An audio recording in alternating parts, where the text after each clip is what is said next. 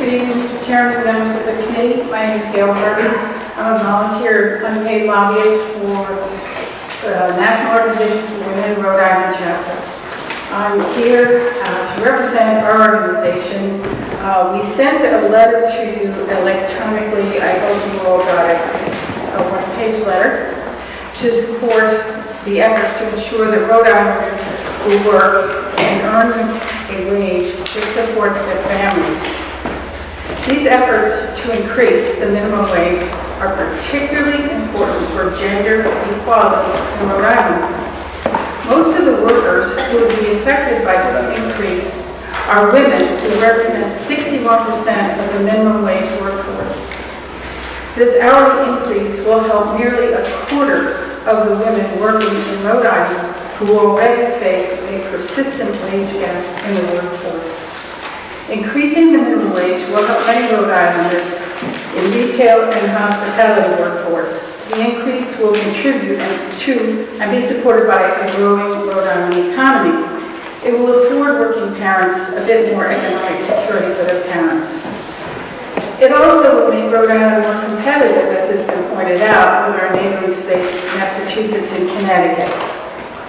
Recently, I did some research on this, and I was interested with NBC News, a report they put out that listed 8 of the lowest paying jobs. One of them was farm workers. But out of the 8, I picked the jobs that are most relevant to Rhode Island, not that we don't have farm workers, but they're dishwashers, cashiers, hosts and hostesses, personnel, and home care aides. They also had movie ticket takers and people like that, and I know when we go to the movies, most times we see young people who are taking the tickets and giving us our popcorn, which makes me think that they are working minimum wage. Well, I don't think these kids are working minimum wage to buy a new car. I think these kids, as was pointed out, are helping out their families. But in the case of my own kids who work for minimum wage, they were working for funding their own college educations, so that the money they earned over summers was the money they had all year to live on while they were in college. So I think that's important to think about when we talk about teenage workers.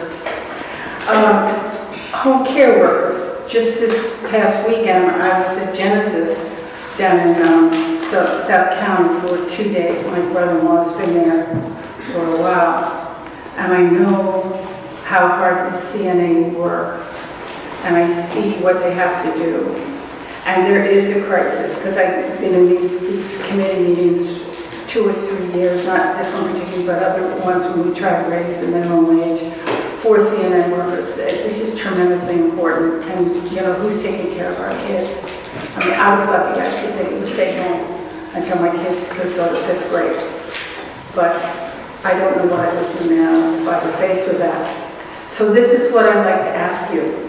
You've seen a lot of charts and a lot of figures, but they're faces to the people who earn these minimum wages, and you see them every day. Your cashiers, your ticket takers, CNN workers, maybe for people you're visiting, your loved ones. Please look at these people and know that they have faces, they have lives, and what they're doing needs to be acknowledged in this fight. It's really important. Many of them hold more than one job to survive. Housing costs are through the roof. I know that personally as a renter, it's frightening. Healthcare and prescription drugs are on the increase. And if one thing is on the increase and my living wage is not, what happens? I'm in trouble. Families are in trouble. So please think of the personal side of this bill, the people it affects. By increasing the minimum wage, you will help so many people and workers in Rhode Island and contribute to the Rhode Island economy. And I thank you for